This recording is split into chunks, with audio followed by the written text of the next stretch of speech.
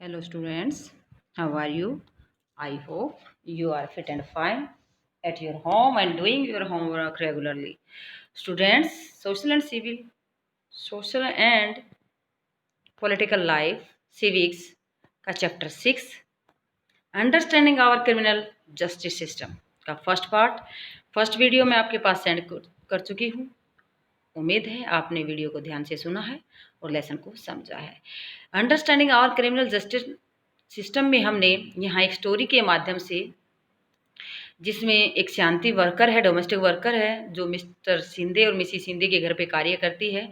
Mrs Shinde का जो gold chain है वो न मिलने पर उन्होंने शांति को दोषी बनाया। उसको कहा कि इसने ही हमारी गोल्ड चेन को चुराया है। तो इस प्रकार जो मामला है यहाँ पर हमें बताया गया है, किस प्रकार एक केस को चार्जशीट बनाकर पुलिस के द्वारा उसका इन्वेस्टिगेशन करके कैसे कोर्ट में एक चार्जशीट दायर की जाती है, और किस प्रकार पुलिस के द्वारा इन्वेस्टिगेशन के बाद जो गवाह होते हैं उनके बयान के आधार पर या सबूतों के आधार पर शांति को किस प्रकार न्याय मिलता है, इसके बारे में हमने अच्छी तरह से रीड किया। और आज हम रिमेनिंग पार्ट को रीड कर रहे हैं। वीडियो को ध्यान से सुनना है, लेसन को समझना है। तो हमने यहाँ रीड किया कि जो अबोव इंसिडेंट है, जो ऊपर हमने घटना पढ़ी है, तो इसमें हमने देखा कि जो 4 थिंग्स है या क्रिमिनल जस्टिस सिस्टम के अंदर पुलिस इंपॉर्टेंट है, पब्लिक प्रोसिक्यूटर इंपॉर्टेंट है, डिफेंस लॉयर इंपॉर्टेंट है और जज है। तो किसी भी क्रिमिनल जस्टिस सिस्टम के अंदर इन 4 चीज़ों का होना बहुत ही जरूरी है। आज हम what is the role of the police in investigation a crime, किसी अपराध के जांच पड़ताल के अंदर पुलिस की क्या भूमिका है, ये रीड करेंगे। One important function of the police is to investigates any complaint about the commission of a crime, यानी कि पुलिस का महत्वपूर्ण कार्य है किसी अपराध के बारे में जब उसके पास कंप्लेंट आती है, शिकायत आती है, पुलिस के पास जब शिकायत आती है किसी भी अपराध की, तो उसके बाद उसको उसकी इन्वेस्टिगेशन करनी पड़ती है, जांच करनी पड़ती है। And investigation include recording statement of witness, यानी कि जो गवाहों की स्टेटमेंट्स है, बयान है, उनको रिकॉर्ड करना। फर्स्ट काम क्या है? रिकॉर्ड करना statement of the witness. And collecting different kind of evidence, अलग अलग गवाहों का इकट्ठा करना, अलग अलग सबूतों को इकट्ठा करना, गवाहों की स्टेटमेंट दर्ज करना, सबूतों को इकट्ठा करना on the basis of the investigation, जो जांच पड़ताल वो पुलिस के द्वारा की जाती है उसके आधार पर वो सबूतों को इकट्ठा करते हैं। Police are required to form an opinion, तो इस प्रकार उन एविडेंस के बेस पर ही पुलिस के द्वारा एक ओपिनियन तैयार किया जाता है। ओपिनियन को तैयार करने के बाद if the police think that, अगर पुलिस सोचती है कि evidence point on the guilt of the accuse person, यानी कि उन सबूतों से पुलिस को लगता है कि जो आरोपी है, जिस पर आरोप लगाए हैं, वो वास्तव में दोषी है या नहीं है। Even they file a charge sheet in a court, वो एक चार्जशीट दायर करते हैं कोर्ट के अंदर, as stated at the beginning of this chapter, जिसके बारे में हमने चैप्टर के स्टार्टिंग में ही बताया गया था कि कैसे पुलिस के द्वारा इन्वेस्टिगेशन अरेस्ट किया जाता है, उसके बाद इन्वेस्टिगेशन की जाती है, उसके बाद एक चार्जशीट है जो कोर्ट में दायर की जाती है। It is not the job of the police, ये कार्य किसका है? पुलिस का नहीं है। फिर भी वो ये कार्य कर रहे हैं कि बिना ये डिसीजन लिए कि जो दोषी है या नहीं है उसको अरेस्ट तो कर सकते हैं, लेकिन इतना ज़्यादा जो इन्वेस्टिगेशन करना, ये इतना ज़्यादा पावर पुलिस के पास नहीं है। Decide whether a person is guilty और इनोसेंट, ये डिसाइड करने का पावर पुलिस के पास नहीं है कि व्यक्ति गिल्टी है, अपराधी है या निर्दोष है। इट इज फॉर द जज टू डिसाइड, ये पावर जज को मिली है, जो जज के द्वारा डिसाइड किया जाता है। न्यायालय के अंदर जो जज होता है वो सबूतों के आधार पर, गवाहों के आधार पर ही ये डिसीजन लेता है कि जो व्यक्ति है वो गिल्टी है, अपराधी है या इनोसेंट है या निर्दोष है। You read in unit 2 about the rule of law, हम यूनिट 2 यानी कि चैप्टर 3 के अंदर रीड कर चुके हैं रूल ऑफ द लॉ, यानी कानून का शासन। Which mean that everyone is subject to the law of the hand, यानी कि इसका अर्थ है प्रत्येक व्यक्ति देश के कानून के कंट्रोल में है, यानी कि जो कानून बनाए गए हैं उनके अकॉर्डिंग उसको मानना पड़ता है। दिस इंक्लूड द पुलिस, जिसमें पुलिस भी शामिल है। Therefore police investigation always have to be conducted in accordance with law and with full respect for the human rights. Police हमेशा इन्वेस्टिगेशन कर सकती है जो अकॉर्डिंग विद लॉ, कानूनों के अनुसार, जो कानून बनाए गए हैं उनके अनुसार उसको जांच पड़ताल करनी चाहिए, और जो ह्यूमन राइट दिए गए हैं, मानव अधिकार दिए हैं, उनका पूरा सम्मान करना चाहिए। किसके द्वारा? पुलिस के द्वारा। The Supreme court has laid down the guidelines, supreme court के द्वारा कुछ निर्देश दिए गए हैं, police must follow at the time of arrest. तो उन गाइडलाइंस को फॉलो करना चाहिए पुलिस के द्वारा जब किसी व्यक्ति को अरेस्ट किया जाता है। अगर व्यक्ति को अरेस्ट करना है तो कुछ गाइडलाइंस उनको ध्यान में रखना चाहिए। डिटेंशन एंड द इंटरोगेशन, तो गिरफ्तार करते समय, उसको हिरासत में लेते समय या पूछताछ करते समय सभी गाइडलाइंस का ध्यान रखना जरूरी है।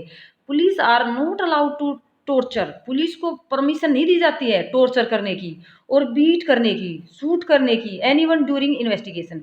यानी कि जब वो जांच पड़ताल कर रहा है उस टाइम ना तो किसी की पिटाई कर सकता है, ना टॉर्चर कर सकता है, ना किसी को शूट कर सकता है, गोली मार सकता है। They can not inflict any form of the punishment on a person even for पेटी ऑफेंस। इस प्रकार पुलिस छोटे से छोटे अपराध के लिए भी किसी को सजा नहीं दे सकती। सजा देने का अधिकार कोर्ट को दिया गया है। कोर्ट के मामले में सुनवाई के बाद ही डिसाइड किया जाता है कि व्यक्ति को क्या पनिशमेंट देनी है। आर्टिकल 22, ये ध्यान रखना, हमारे कॉन्स्टिट्यूशन के अंदर 319(5) से अबो आर्टिकल दिए गए हैं, तो अलग अलग आर्टिकल में अलग अलग रूल के बारे में बताया गया है। तो यहाँ आर्टिकल 22 में क्या कहा गया? Constitution and criminal law guarantee to every arrested person the following fundamental right. यानी कि अगर किसी व्यक्ति को अरेस्ट किया गया है तो उस व्यक्ति के अरेस्ट होने के बाद भी उसको फंडामेंटल राइट मिले हैं कि कैसे उसको गिरफ्तार व्यक्ति को करने से पहले उसकी अधिकार है कि वो इन बातों के बारे में जान ले। एक अगर व्यक्ति को गिरफ्तार किया जा रहा है और उस गिरफ्तार होने से पहले उसको कुछ बातें ऐसी हैं जिसका उस व्यक्ति को, गिरफ्तार होने वाले व्यक्ति को पता होना चाहिए। तो कौन कौन सी बातें हैं? The right to be inform at the time of arrest of the offence for which the person is being arrest. गिरफ्तारी के समय, यानी कि जिस व्यक्ति को गिरफ्तार किया जा रहा है उस समय उसको जानने का अधिकार है कि गिरफ्तारी का रीजन क्या है, कि व्यक्ति को अरेस्ट किया जा रहा है तो उसका रीजन क्या है, विच रीजन, यानी कि उसको क्यों गिरफ्तार किया जा रहा है। Second point, the right to be presented before a magistrate within 24 hour of arrest. अगर उसको गिरफ्तार कर लिया गया है तो गिरफ्तार करने के 24 घंटे के अंदर उसको मजिस्ट्रेट के सामने पेश होने का अधिकार है। The right not to be ill treated और torture during arrest in a custody, यानी कि अरेस्ट कर तो लिया है लेकिन जब तक ये तय नहीं हो जाता, ये डिसीजन नहीं लिया जाता कि ये अपराधी है, इसको सजा मिलनी है, उससे पहले उसके साथ इल ट्रीटेड, बुरा व्यवहार या टॉर्चर नहीं किया जा सकता। Confession made in police custody can not be used as evidence against the accused. यानी कि अगर आदमी ने, आरोपी ने कन्फेस कर लिया है, उस कन्फेस को एज ए एविडेंस, गवाह के तौर पर प्रयोग नहीं किया जा सकता, क्योंकि हो सकता हो दबाव में उसने लिया हो या डर के कारण उसने कन्फेस कर लिया हो, तो उस कन्फेशन को एविडेंस के रूप में यूज नहीं किया जा सकता। Next, a boy under 15 years of age, एक लड़का 15 साल से नीचे है, and women can not be called, एक औरत को, to the police station only for questioning, question पूछने के लिए एक औरत को, 15 साल से नीचे के बच्चे को नहीं बुलाया जा सकता, ओनली क्वेश्चन करने के लिए। अगर उसने अपराध किया है, उसका अपराध साबित हो गया, उसको डिसीजन लिया गया है कि इसने अपराध किया, उसके बाद उसको पनिशमेंट दी जा सकती है। ओनली उसको सस्पेक्ट्स पे, यानी कि अगर किसी ने सस्पेशन किया, उसके ऊपर शक किया है, उस शक के आधार पर उससे क्वेश्चन नहीं किए जा सकते। किससे? 15 ईयर्स ओल्ड के छोटे बच्चे से और औरत से। अभी आप यहाँ ध्यान देंगे सुप्रीम कोर्ट के द्वारा जो गाइडलाइंस दी गई हैं उनके बारे में। Supreme court the India has laid down specific requirement and the procedure that the police and the other agency have to follow for the arrest. किसी व्यक्ति को अरेस्ट करते वक्त पुलिस के द्वारा इन बातों का ध्यान रखना पड़ता है। डिटेंशन, इंटरोगेशन, यानी कि इन्वेस्टिगेशन करते वक्त हिरासत में लेते वक्त, गिरफ्तार करते वक्त कुछ बातें हैं, कुछ गाइडलाइंस जिनका ध्यान देना पड़ेगा। These guidelines known as the D K Basu guidelines, जो बातें हम रीड करेंगे उनको डी के बासु की गाइडलाइंस के आधार पर जाना जाता है। फर्स्ट क्या है, the police official who carry out the arrest और interrogation should wear clear, accurate, visible identification and name tag with their designation.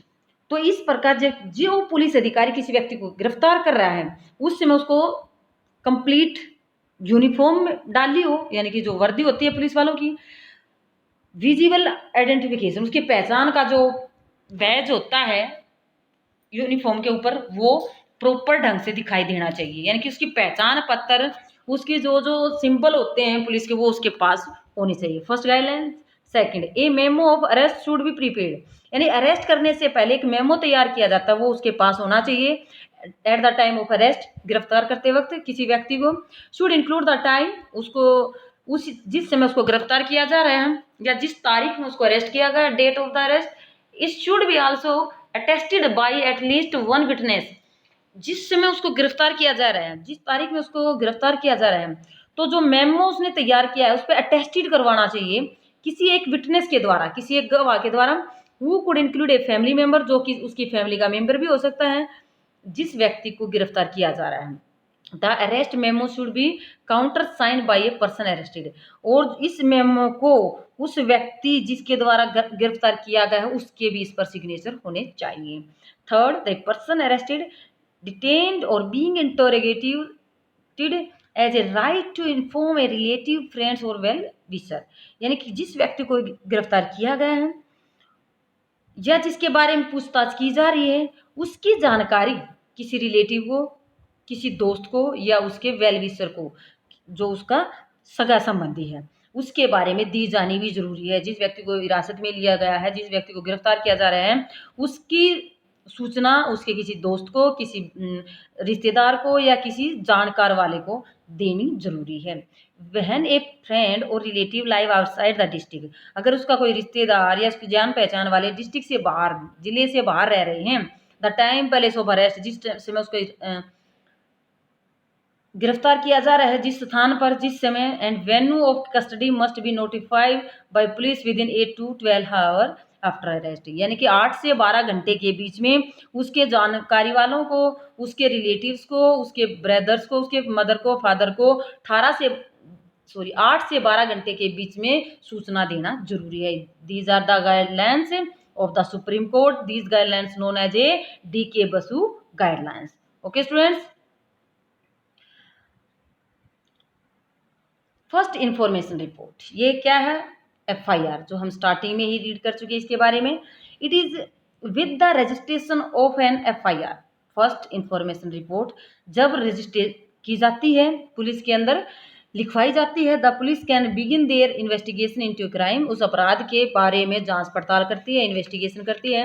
The law states that is a compulsory for a officer in charge of A police station, ये कानून के कहा गया है कि अगर कोई व्यक्ति अपराध किया भी है, अगर किसी व्यक्ति ने अपराध किया गया भी है, तो उस जो स्टेशन है, पुलिस स्टेशन है, उसके इंचार्ज ऑफिसर को, अधिकारी को ये कंपलसरी है कि उससे पहले उसकी एफआईआर रजिस्टर होनी जरूरी है, तभी उसके खिलाफ वो इन्वेस्टिगेशन कर सकता है। पुलिस स्टेशन में एफआईआर होना बहुत ही जरूरी है। A person give information about a cognizable offence, अगर किसी व्यक्ति के द्वारा ऐसे किसी अपराधी की सूचना ऑफिसर को दी भी है तो उससे पहले एफआईआर होना जरूरी है। This information can be given to the police either orally और इन राइटिंग, यानी पुलिस के पास ये इंफॉर्मेशन ओरली यानी मौखिक रूप से, राइटिंग रूप से, रिटन रूप से, दोनों तरह से, लिखित और मौखिक दोनों तरह से ये शिकायत दर्ज की जानी चाहिए। The FIR usually mention the date, FIR लिखते समय उसमें date, time, place of the offence, यानी किस समय, किस स्थान पर, किस तारीख को एफआईआर दर्ज करवाई थी। Detail the basis fact of the offence, including a description of the event, यानी घटना से रिलेटेड सारी जानकारी, सारी तथ्यों को उसके अंदर लिखना जरूरी है। If known the identity of the accuse person and witness as also mention, तो इसके जो गवाह हैं उसके बारे में भी उसका नाम, पता, जानकारी लिखना, उसकी पहचान लिखना जरूरी है। The FIR also state the name, FIR के अंदर नाम, एड्रेस ऑफ द कंप्लेंट, शिकायत करने वाले का नाम और पता भी होना जरूरी है, जिसने शिकायत की है उसका भी, जिस अपराधी के बारे में शिकायत की है उसका भी पूरा पता होना जरूरी है। There is a prescribed form in which the police register and FIR, इसके मतलब एक पुलिस के पास फार्म होता है जिस फार्म के अंदर ये सब चीज़ें फिल की जाती हैं। It is sine by the complaint, उसके ऊपर साइन करवाए जाते हैं जिस व्यक्ति के द्वारा शिकायत की गई है, कंप्लेंट करने वाले की साइन करवाए जाते हैं। The complaint also has the legal right to get a free copy of the FIR from the police, यानी कंप्लेंट करने वाले को एक लीगल राइट है एक फ्री कॉपी मिलने का, यानी कि जिसके द्वारा कंप्लेंट की गई है उस व्यक्ति को एक फ्री कॉपी मिलने का भी राइट दिया गया है। तो ये है बेटा FIR। What is the role of a public prosecutor, क्या रोल है एक पब्लिक प्रोसिक्यूटर का, जो हमने अभी पढ़ा था। जैसे शांति को जो कमला रॉय थी वो एज ए पब्लिक प्रोसिक्यूटर के रूप में उसको दी गई थी, सरकारी वकील के रूप में, तो कैसे कमला की मदद उसके द्वारा की गई थी। एक criminal offence is regarding as a public wrong, किसी आपराधिक द्वारा कानून का उल्लंघन करना, किसी अपराधी के द्वारा कानून तोड़ना क्या है, जनता के विरुद्ध है। यानी कि अगर जनता में ऐसे सब कानून को तोड़ने लगे, सब अपराध करने लगे, तो क्या रहेगा कानून, क्या होगा rule of law. What is the mean, इसका अर्थ है by this is that is a considered to have been committed not only against the affected victim but against society as a whole, यानी कि अगर कोई अपराध करता है और अपराध करना जनता के खिलाफ है, तो ऐसा न केवल अफेक्टेड विक्टिम यानी कि अपराधी के लिए ही बुरी बात नहीं, बल्कि ये पूरे समाज के लिए बुरी बात है। अपराध करना अपराधी के लिए ही बुराई नहीं है, बल्कि जितने समाज के अंदर लोग रह रहे हैं उस पर भी उन सब पर भी उसका प्रभाव पड़ता है। Do you remember the case of the डोरी डेथ, जैसे कि हमने जो दहेज की मांग में या दहेज के लालच में डेथ ऑफ सुधा की डेथ शायद पिछले लेसन में that we read about a previous chapter, पिछले चैप्टर में हम रीड कर चुके हैं। सुधा जो लक्ष्मण थी उसकी सास थी। The case against the accuse Laxman and his family was presented by the state, यानी कि अगर सुप्रीम कोर्ट में कोई केस है तो वो केस किसी व्यक्ति के नाम से नहीं बल्कि उसके स्टेट के नाम से जाना जाएगा। That is why the case was called state Delhi administration, तो वो दिल्ली के स्टेट के नाम से, दिल्ली एडमिनिस्ट्रेशन के नाम से केस दायर किया जाएगा। लक्ष्मण कुमार एंड अदर, यानी कि एक साइड में जो सुधा है, दूसरी साइड में लक्ष्मण की फैमिली है। Similarly the above case can be called state versus Shanti Hembram, यानी कि जो केस था शांति जो डोमेस्टिक वर्कर थी और दूसरी साइड में जो मिस्टर एंड मिसिज सिंधे थे वो स्टेट की अलग स्टेट थे, शांति अलग थे, तो दोनों स्टेटों के बीच का झगड़ा। And not mister Mrs Sindhe Shanti Hembram, इसको हम किसी दो व्यक्तियों के बीच में ना मानकर दो स्टेटों के बीच में ही मामला माना जाता है।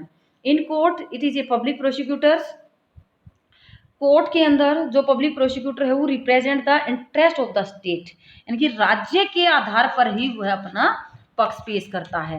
यानी कि the role of the prosecutor begin, जो प्रोसिक्यूटर है सरकारी वकील है उसका जो रोल है वो स्टार्ट होता है once the police has conducted the investigation, जब पुलिस के द्वारा इन्वेस्टिगेशन की जाती है, जांच पड़ताल पूरी तरह से की जाती है। File the chargesheet in court, और चार्जशीट को कोर्ट के अंदर दायर की जाती है। He and she has no role to play in the investigation, जो प्रोसिक्यूटर है उसका कोई रोल नहीं होता, कोई भूमिका नहीं होती इन्वेस्टिगेशन करने में। The prosecutor must conduct the prosecution on behalf the state, जो सरकारी वकील है वो सिर्फ जिसकी मामले की सुनवाई उसके पक्ष में करनी है उसके मामले पर ध्यान देना उसका काम। As an officer of the court, वह एक कोर्ट के ऑफिसर के रूप में काम करता है या करती है। इट इज या her duty act impartially and present the full and material facts, यानी इम्पार्शली है निष्पक्ष रूप से, किसी का पक्ष ना लेते हुए, बिना पक्ष लिए वो इस मामले की सुनवाई करती है या करता है। Present the full and material facts, यानी कि पूरी तरह से सारे जो उसके पास फैक्ट होते हैं या जो उसके पास जितने भी गवाह हैं, सबूत हैं, एविडेंस है बिफोर द कोर्ट, वह कोर्ट के सामने पेश करती है। Enable the court to decide the case, ताकि जो कोर्ट है या जज है उस मामले का फैसला दे सके।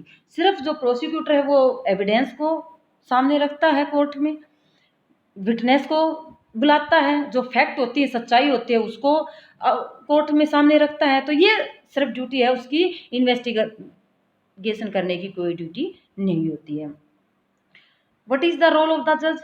The judge is a like an umpire in a game and conduct the trial impartially.